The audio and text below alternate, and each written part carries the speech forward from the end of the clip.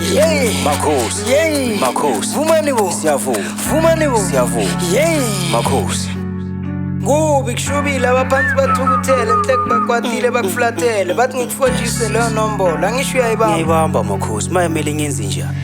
kumele uhambe ujiye kamhlaba uyalingana Makhosi. ilapho uyothola khona impendulo zakho uma uceda ukubahlabela okuphilayo Makhosi. phecelezi imbuzi ephile saka not imbuzi nyane egulayo Makhosi. uguce ngedolo bashisele impepho basikele konke okukuhluphayo Makhosi. uphinde ucolise mawuceda ucolise ubatshele bakuvulele iminyango Makhosi. ungakhohlwa ikhandlela elimhlophe lokukhanyisa indlela 4 randi kakhumalo Makhosi abaphasi bangifuna okuningi nale mali angicabanga ukuthi izoba enough. Ngicela ungikhulumele nawo ubacela ukuthi at least ngibathengele ispinash. Lazisichipe kakhulu le box asicishe silingane neprice yama-peanuts. Ngibaphahlele ngaso banginike umsebenzi ngibahlabele imbuzi nejirafa. Indaba kwamanje nemali anginayo ngizame ngawonke lamandla enginawo. Indlala ingifikele sengivele nembambo Makhosi ngiyacela khongiringele nabo. Ngicede 3 days ngadlanga kuyimanje nje ngihalela irice nefish.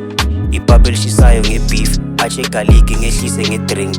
Yabona Makhosi ngiyasokola tshela abaphansi ukuthi anginafokola. Imbuzi ngizoyithenga okwamanje lempilo isangiphuzisa amanzi ngeforoko. Ngagcina ukusebenza ngo-2014 kule company yokudila ngokwenza ishilisi bangicosha ngosuku lokuqala. I think ngasebenza 1 hour 30 minutes sakhosi ukuthi ngifonele umfethu osebenza le Jozi wangisiza ngemali ethiketi. Ngafika estation amabhasi aphelile ngalinda ngakhwela leli langosikisi zacala nethi lapho kungibhedela. Ngifike edladleni kwamosheka igedlela ugogo wakwata kakhupha ushukela ubhuti wangomdala wangibamba ngeyibhakela.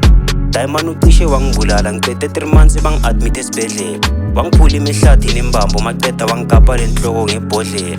Ngasizwa uMaxa wangisa le hosi ngemoto kaGibson Masilela. Nje kuyimanje ngisamkoloda imali epetrol Makhosi angikhona ukumkhokhela. Mali embuzi kuzomele ngiyiboleke ngapha ngisakoloda uSibuda noKholeni. Kahle kahle kuningi kakhulu Makhosi abaphansi kuyomele bangigcolele.